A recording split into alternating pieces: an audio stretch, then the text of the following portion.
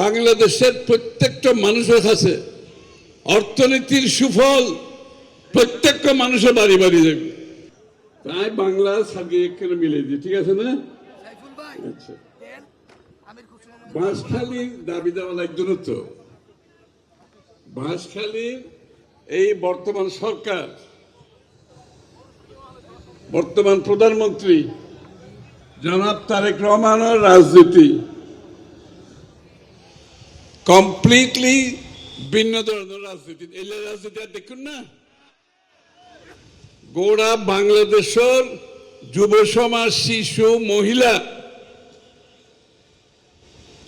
কৃষক, শ্রমিক, ব্যবসায়ী, পেশাজীবী, অন্যান্য দেখুন না, এই বাজারের মধ্যে কেউ বাদ গিয়ে না, কেউ বাদ গিয়ে না।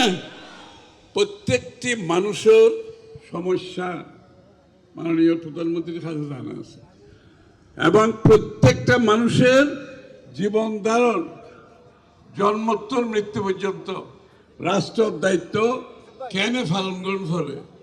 মাননীয় প্রধানমন্ত্রী নতুন রাজনীতি শুরু করছে।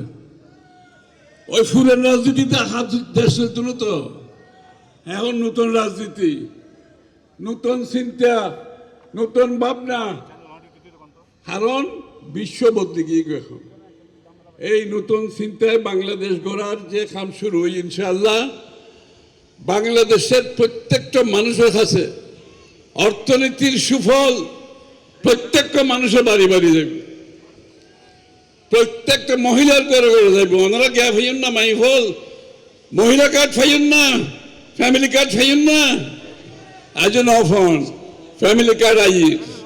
প্রত্যেক পরিবারের যারা আর মহিলা অক্কল গড়র যিনি প্রধান মহিলা ব্যাকগ্রাউন্ডের কাছে ফ্যামিলি কার্ড যাবো ইনশাল্লাহ।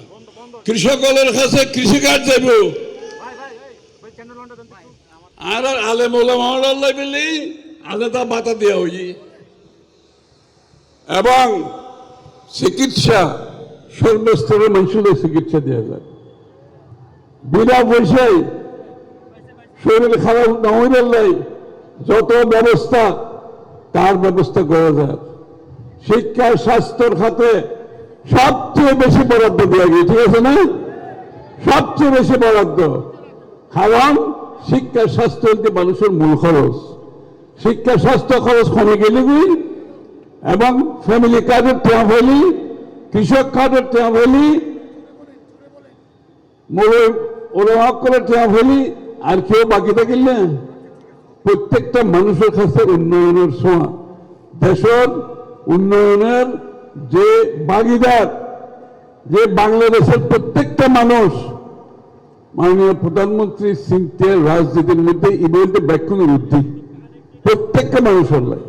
আর বাঁশখালীর উন্নয়নের ব্যাপারে কোনো চিন্তা কোনো কারণ নাই। বাঁশখালীর যত সম্ভাবনা আছে ব্যাগ কিছুটা সরকার ক্ষমতা লাগাইব। ধন্যবাদ।